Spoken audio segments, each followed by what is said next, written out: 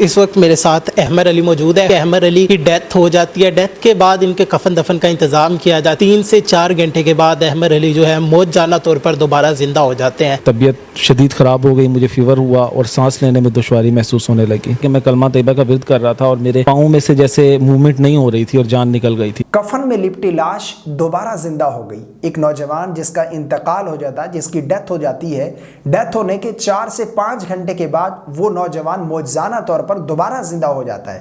آخر یہ سب ہوا کیسے؟ آئیے یہ سٹوری جانتے ہیں۔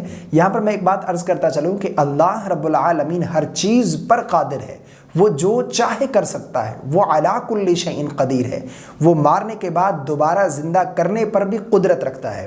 یہ سٹوری جانیے جی، دلچسپ، مرنے کے بعد دوبارہ کیسے زندہ ہوئے اور یہ ان کے ساتھ کیسا واقعہ پیش آیا، آئیے جانتے ہیں۔ اس وقت میرے ساتھ احمد علی موجود ہے کہ احمد علی کی ڈیتھ ہو جاتی ہے، ڈیتھ کے بعد ان کے کفن دفن کا انتظام کیا جاتا ہے، ان کی قبر کھدوا دی جاتی ہے، جو مہمان تھے ان کو کال کر دی جاتی ہے۔ 3 سے 4 گھنٹے کے بعد احمد علی جو ہے موت جانا طور پر دوبارہ زندہ ہو جاتے ہیں۔ کیا کہانی تھی، کیسے زندہ ہوئے، کیا معاملات ہوئے تھے، کیا مسئلہ بنا تھا، کیا بیماری تھی، تمام تر کہانی انہی کی زبانی جانتے ہیں۔ جی بیسیکلی میرا تعلق ملتان سے ہے اور میں ایک ایف ایم آر جے بھی ہوں اور ایونٹ وغیرہ ہوسٹ کرتا ہوں۔ تو کراچی میں ایک ایونٹ کے سلسلے میں آیا ہوا تھا ایونٹ ہوسٹ کرنے کے لیے۔ تو یہاں ایونٹ کرنے سے پہلے ہی میری طبیعت شدید خراب ہو گئی، مجھے فیور ہوا اور سانس لینے میں دشواری محسوس ہونے لگی۔ اس کے سلسلہ میں جب میں ڈاکٹر کے پاس گیا تو ڈاکٹر نے میرے کچھ ٹیسٹ کیے، جس کے بعد مجھے بتایا گیا کہ کووڈ ہو گیا ہے۔ مجھے کووڈ کی وجہ سے میں ایڈمٹ تھا اور دن بہ دن میری حالت بگڑتی رہی، فیملی میری دور تھی اور اس کے بعد گھر پر رابطہ کیا گیا، میرے بابا اور انکل اور ہمارے ایک ہیلپر ہیں وہ بھی آ گئے تھے ساتھ۔ ادھر کراچی؟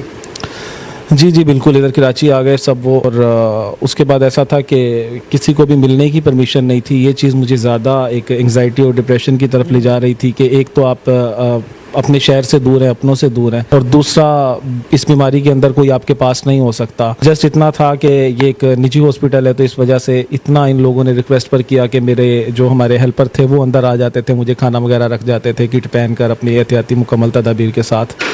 تو بس یہی سب کچھ چل رہا تھا۔ تو اس دوران ایسا ہوا کہ میری حالت بگڑنا شروع ہو گئی۔ حالانکہ زیادہ عرصہ طویل نہیں ہوا تھا اس کو، 2-4 دن کے اندر اندر ہی سانس لینے میں شدید دشواری ہونے لگی۔ وینٹیلیٹر پر مجھے لے گئے، لیکن اسی دوران مجھے محسوس ہونے لگا کہ اب شاید میرا ٹائم قریب آ گیا ہے۔ کیا حالت تھی، محسوس کیا ہوتا تھا تب، کیا کیفیت تھی کہ جب بندہ اس حالت میں ہوتا ہے تو اللہ پاک کے بہت قریب ہو جاتا ہے؟ نہیں یار، ویسے تو میں بہت گناہ گار سا بندہ ہوں، پتہ نہیں کون سی نیکی کون سی چیز میری کام آ گئی، لیکن میں بیسیکلی بتاؤں تو مجھے جو فیلنگز آ رہی تھی سب سے زیادہ مجھے اپنی اماں کا، اپنی والدہ کا خیال آ رہا تھا، کیونکہ میں اپنی والدہ کا اکلوتا بیٹا ہوں اور میں سوچتا تھا کہ میرے بعد میری مدر کا کیا ہوگا۔ اس چیز کو سوچ کرنا تو میں ایک بڑا پریشان تھا، اور اماں یہاں پر تھی بھی نہیں، تو میں نے ان کے لیے ایک ویڈیو میسیج تیار کیا اماں کے لیے، جو شاید میرے جذبات تھے، میری فیلنگز تھی، اور وہ ہمارا جو ہیلپر ہے وہ جو میری ٹیک کیئر بھی کر رہا تھا، اس نے وہ ویڈیو میسیج میرے اکاؤنٹ کے اوپر اپلوڈ کر دیا، پوسٹ کر دیا، کیونکہ میرے عموماً جتنے بھی سوشل میڈیا اکاؤنٹس ہیں وہی مینیج کر رہا ہوتا ہے ان چیزوں کو آگے پیچھے بھی۔ تو اس کے بعد ایسا ہوا کہ وہ باقی ویڈیوز بھی شاید میری اپلوڈ کر رہا تھا، وہ میں نے اب دیکھی ہیں ویڈیوز، پتہ نہیں اسے کرنی چاہیے تھی نہیں کرنی چاہیے تھی، اور دوسری بات یہ ہے کہ کچھ سانگز کے ساتھ کی بہت سارا کرٹیسزم کا سامنا کرنا پڑا۔ احمد مجھے یہ بتائیں کہ آپ کی ڈیتھ کب ہوئی تھی، کیسے ہوئی تھی، کیا کیفیت تھی تب؟ 9 اپریل کا دن تھا، تقریباً عصر کے وقت کا ٹائم تھا